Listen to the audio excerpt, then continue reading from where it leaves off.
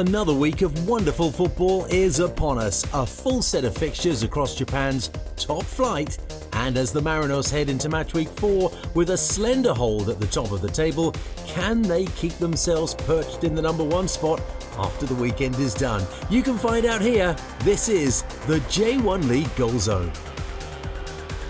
Vissel kicked off the weekend against the travelling Kashima. The leaders Yokohama were in Hokkaido for their fixture, and Kawasaki took on Nagoya at the Todoroki Stadium. One match on Sunday with Tosu and Urawa wrapping things up. Kobe's winless start to the season continued as they were held by Sanfrecce previously and now came up against the Antlers, who had collected 2 wins from their opening 3 contests. Vissel scored just 3 goals in 5 matches and would need to kick their attack into top gear against a red-hot Kashima. Here's Reece Roshan-Ron. Oihara. He touches in midfield, but Oihara just takes his eye off the ball. They've lost possession. It's a shot from range. Ikura called into action. Quick early strike from Ayase Ueda. It fell to him, no hesitation. Great technique, lovely dip, plenty of power. Headed away by Kikuchi. Tsunemoto. Lifted back into the box. Bueno heads it on, and they found the opener. Kento Misao of the second phase of play on the set piece. Kento Misao with his first goal of the season. As the ball comes back in, Pituka wins the second ball, plays it out to Tsunemoto. Lovely cross onto the head of Bueno. And it's that centre-back pairing of Wellington Bueno making his first appearance of the season, picking up an assist for Kento Misao.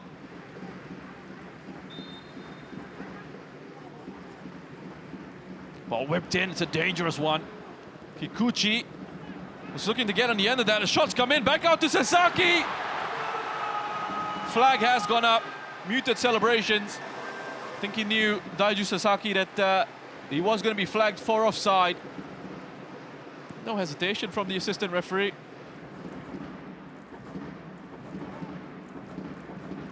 Done well here, Vissel, to play through the lines. Hatsuse thinks one in. Sunte with a punch, back out to Yamaguchi. Let's have another look at that. Strange decision to punch from Kwon Sunte. Wonderful technique.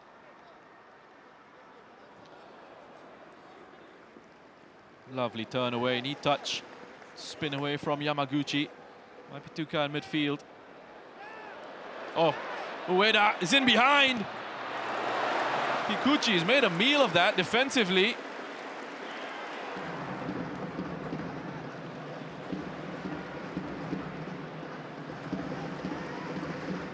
Work by Tsunemoto, sticking it off Oda. Kikuchi into the back of Ueda, it's come out to Suzuki! Oh, that's a brilliant effort from Yuma Suzuki. His second goal of the season on his 100th career J1 appearance. Far too much power on that hit from Yuma Suzuki for Ikura to deal with. Ikura, difficult ball to deal with, and he's only been able to give it back to Kashima. Pituka, straight to Ueda. Oh! Effort from Ueda, just dragged wide. Just shifts it onto his left foot. Kushi can't get there in time. It's not just the temperature that's dropping here in Kobe. Vissel Kobe heads as well. Not a chance for Kashima. That's a great save from Ikura. 2 substitutes looking to combine. Nakama into the path of Someno. Still struggling for that breakthrough. Iniesta. Osaki helps it on to Oda. That's a neat attempt at goal. Just plays it across, and the referee has seen enough. Blows the final whistle, and it's Kashima Antlers who have now picked up 3 wins from their 4 opening matches. It ends here 2-0 to the away side, Kashima Antlers. An unbeaten start for Consadole with 3 successive draws. That record would come under threat though, as they hosted table leaders Yokohama. The Marinos had lost only once in 5 and came into this contest looking for their 3rd straight win and a hold on top spot. Shazad Haq has your commentary.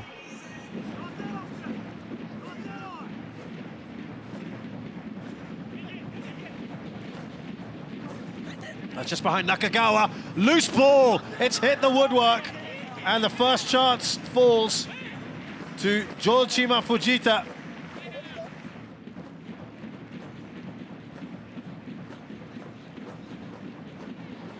Komai is battling in midfield, but the ball is now loose to Elbert. He's going to go for goal. Comfortable save in the end for the goalkeeper Sugeno.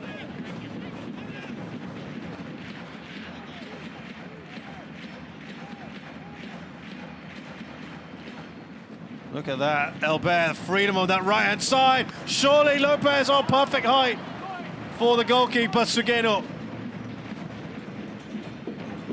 It's got 2 goals in 3 games.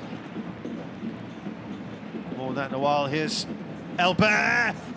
Oh, that is just wide of the post. He's saying there was a save. They're asking for the corner. And there's 8 points difference between the two. At the moment, still nothing to separate them in this match. Lovely touch on for Arano. Oh, and there's the opening goal. The substitute Daiki Suga has ripped the back of that goal. Arano has played a role in that one. It's a lovely touch from him. A little bit of luck, but he smashes that into the far corner. And then moved across last season. And now a real chance here. Ogashiwa! And that is such an important save from Takaoka. And this is what we said he lacked. He's got the pace.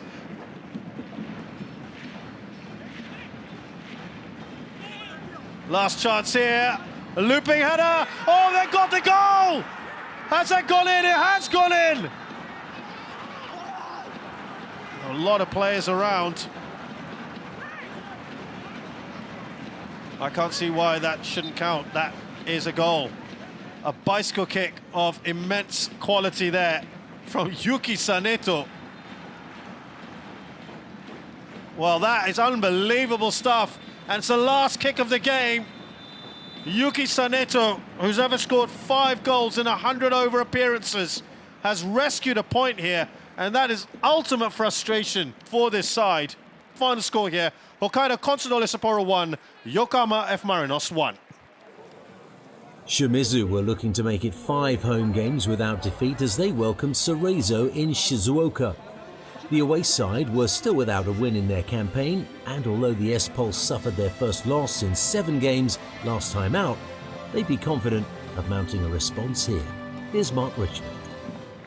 Harakawa usually plays the game with that same ease. Clever from Yamanaka, saw the space, attacked it, and it's a wonderful cross into the back of the net. There we go, there was the space in front of him, and he attacked it. And how about that for delivery? That's a brilliant cross, shaped to perfection.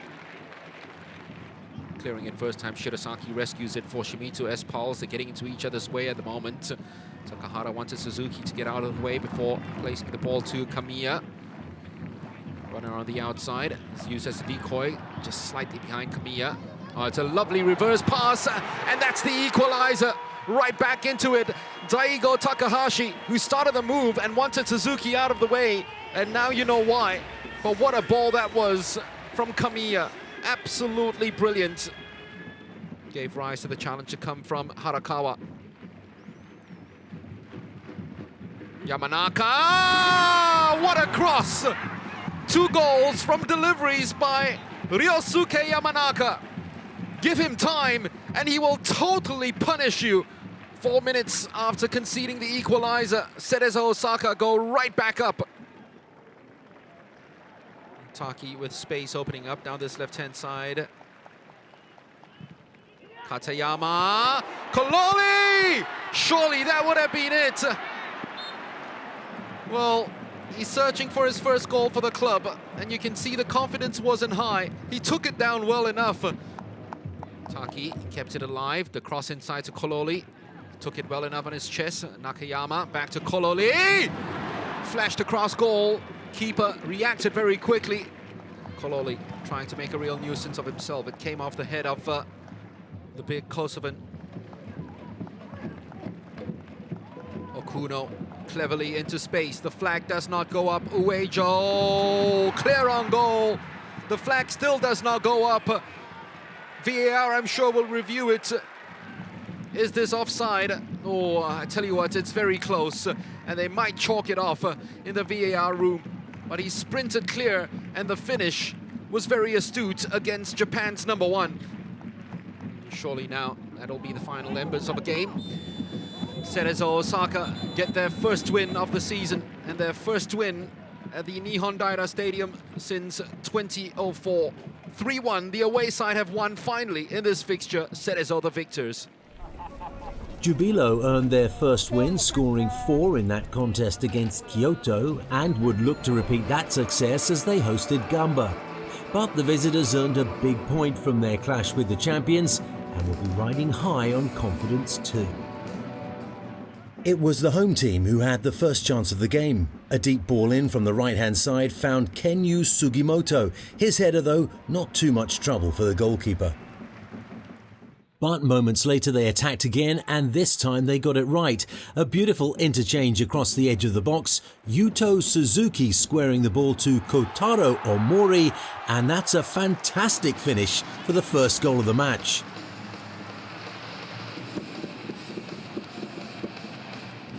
Into the second half now, and Gamba looking to draw level. Shukurata with the ball into the penalty area, Yuya Fukuda with the header, and the goalkeeper, well, he gathered that easily enough.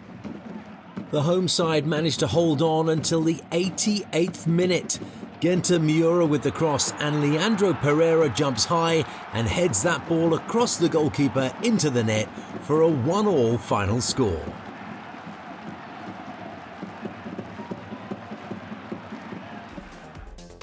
A late goal there in Iwata, and both sides coming away with a point. Don't go anywhere, it's a test of the Grampus defence and the Frontale attack next.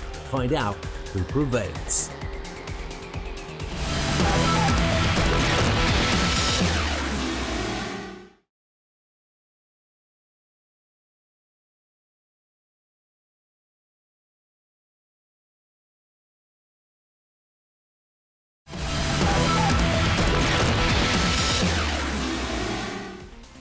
Get comfy and settle in. Second half of the J1 League Goal Zone is ready for kickoff. 5 more matches lined up and no shortage of goals. We head straight to the capital for our next fixture. Tokyo claimed their first win at the third time of asking last week, a solitary goal enough to edge out Cerezo. Their opponents had played out 3 draws to begin their campaign, and another low-scoring contest could well be on the cards again in this clash with Sanfrecce. Sanfrecce, then desperate to get 3 points on the board, thought they'd gone some way towards that in the 11th minute. A nice ball from Yuki Nogami found Yuya Asano. Although he put the ball in the back of the net, he was adjudged to have been marginally offside while standing on the edge of the penalty area as the ball was played. Midway through the first half, and a defensive slip-up allowed Tokyo to attack. Adilton breaking on the left-hand side there, his shot across the face of the goal. Just 2 minutes later, at the other end of the field, and Hiroshima had a chance of their own. Tomoya Fuji strikes that one, but it took a deflection at close quarters and went out for a corner. It took almost an hour for the deadlock to be broken. From the dead ball, Tokyo's Masato Morishige gets his head to the ball and from distance sends it into the goal for a 1-0 lead.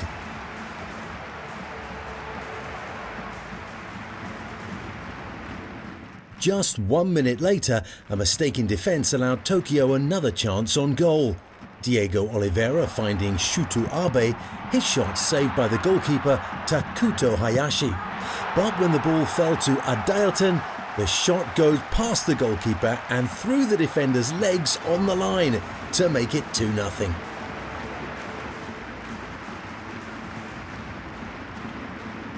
Here in the 70th minute, Sanfrecce looking to get back into this one. From the free kick, Gakuto Notsuda has to figure out a very complicated looking wall, and although he manages to do that, Jakub Sloik is strong enough to tip that one over the crossbar.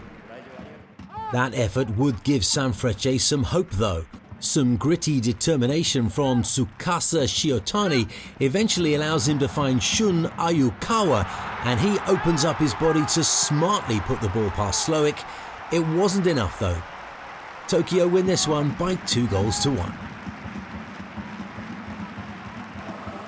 Over in Sagami Bay, Shonan were hosting New Boys Kyoto and would surely like to start their climb out from the basement sooner rather than later. Just 1 point to their name. The need for picking up points is getting bigger by the week. It took 27 minutes for them to have their first decent chance of the game. From the dead ball, Shuta Machino, likely off target, but Tomoya Wakahara still got his hand to it. Not much action to speak of in the rest of the first half, but early on in the second, Peter Utaka found his way through on the left-hand side, and with the goalkeeper Kosei Tani to beat, he slotted the ball between the keeper's legs, and that's 1-0.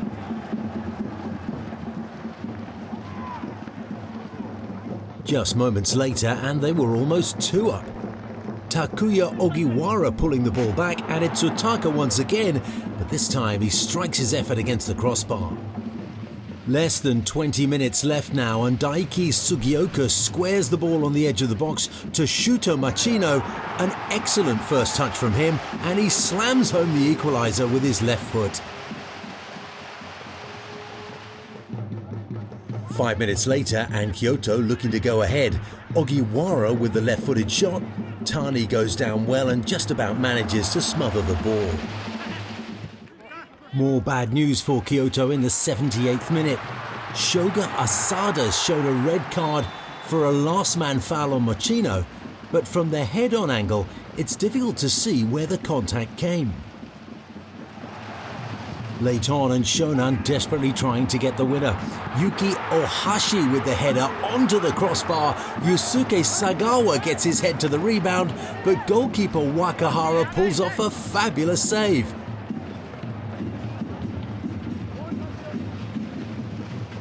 One last chance for Shonan here in the 97th minute.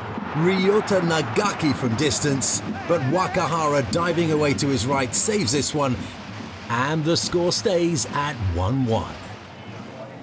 After successive wins to begin their season, Kashiwa fell to the Antlers last time out. They'd be keen to return to winning ways, but faced a tough nut to crack as Avispa came to town. The away side played out their 7th straight draw in the previous fixture and would love to open their account soon. Kashiwa started things off in the 21st minute with a move down the right-hand side. Mao Hosoya laying the ball off to Tomoya Koyamatsu, his effort from distance palmed away by the goalkeeper. Encouraged by the way things were developing down that right-hand side, they tried again some minutes later. Mateus Savio playing a delightful 1-2 with Hosoya, and he smashes home a sensational opener.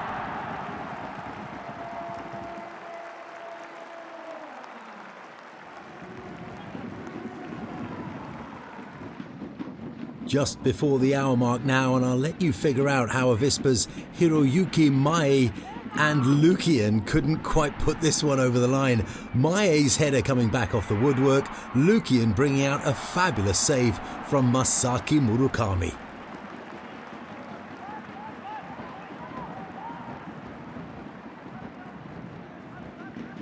One desperate last chance for Avispa in the 86th minute. Masato Yuzawa with the effort.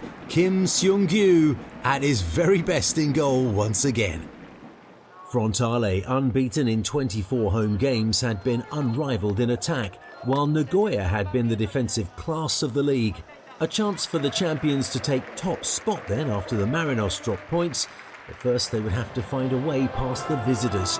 Rish Roshan Rai as your commentary. Mateus takes this one quickly.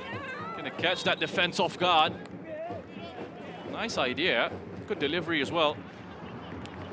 Just get crowded out there, Kawasaki, and Nagoya look to try and break in behind quickly. A shot from Sakai. Comes back to Soma. A little bit fortunate with the second ball falling his way, Yuki Soma. Another chance for Mateus Castro. Can he put in some quality? He's got players to hit. Finds the head of Sakai. There's an acres of space. Noriyoshi Sakai. Made a good run towards the near post, Noriyoshi Sakai. Scored 8 goals for Sagan Tosu last season. Oh, it's a poor defensive error. And Marcinho snuck in behind. And is slotted it past Mitch Langerak. As Wakizaka broke forward midfield, and it's just a simple pass forward. Marcinho was then offside. Langerak was able to get a hand to it. Marcinho's first goal of the season. It's Nagoya with the throw-in. Mateus Castro. He's got the option on the outside through Miyahara. Good idea from Mateus Castro just to play it into space ahead of Miyahara. And he skipped away from a challenge. Just pass into Sento. Just pushing him wider than he would have liked. That's a lovely ball into the run of Sakai. Just wrapped his foot around it, but he couldn't find the far corner of the goal. Yamane gives it to Ienaga. Wants to get it onto his left foot. That's a shot that comes back off the post. Ienaga having to run, having to accelerate, step out of first gear. Gonna try and get on the end of that pass from Miyagi. It's fallen to Tachibanara. Again, you can see the idea behind it. Just wanted to bend it in, curl it in towards the far post. And that's the end of the match. From start to finish of Kawasaki Frontale. Expertly done. A big 3 points for them, beating Nagoya Grampus by a 1-0. Sagan was still without a win and would be hoping to snap that streak when Urawa arrived for their next fixture.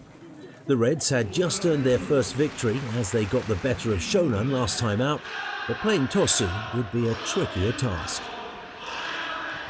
8 minutes before half-time and a chance for Sagan as Yuki Horigome marches into the channel, snaps his left foot at that one, but it comes back off the upright. Sagan would get another opportunity just a few minutes later.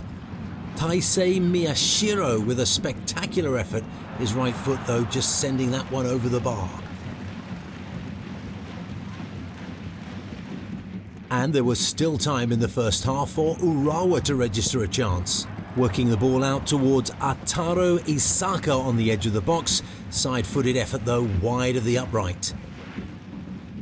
2 minutes into the second half and Urawa pressing forward once again. Takahiro Sekine's pass across the goal. Takahiro Akimoto's shot well blocked by Diego. On the rebound, Ken Iwao can't quite find the target either. The opening goal would come in the 71st minute. Nice work down the left-hand side. And Sagan's Horigome's cross finds Yuki Kakita, whose glanced header goes beyond the goalkeeper's outstretched arm and inside the far post.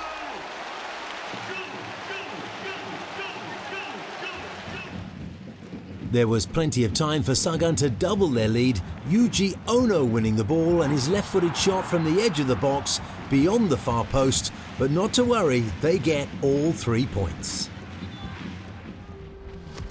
All 9 matches completed, Kashima made it back-to-back wins in Kobe, leaving Vissel still searching for their first victory.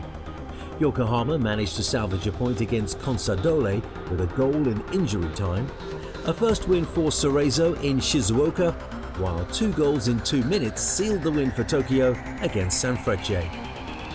Kawasaki will be pleased with their showing. A win over Nagoya moved them to the top of the table on 13 points. The Marinos dropped a couple of points but remained in second. Kashiwa and Kashima right behind, keeping the two honest with 2 games in hand. 5 teams still without a win, but it remains very early in the season as these teams try to find their footing. No cause for real panic yet, but after 6 games and no wins, Vissel would most certainly want to move out of the relegation zone sooner rather than later. On that note, it's time for us to move out of here on this edition of the J1 League Goal Zone. We hope you enjoyed every minute here with us. My name's Steve Dawson, and we'll see you next time.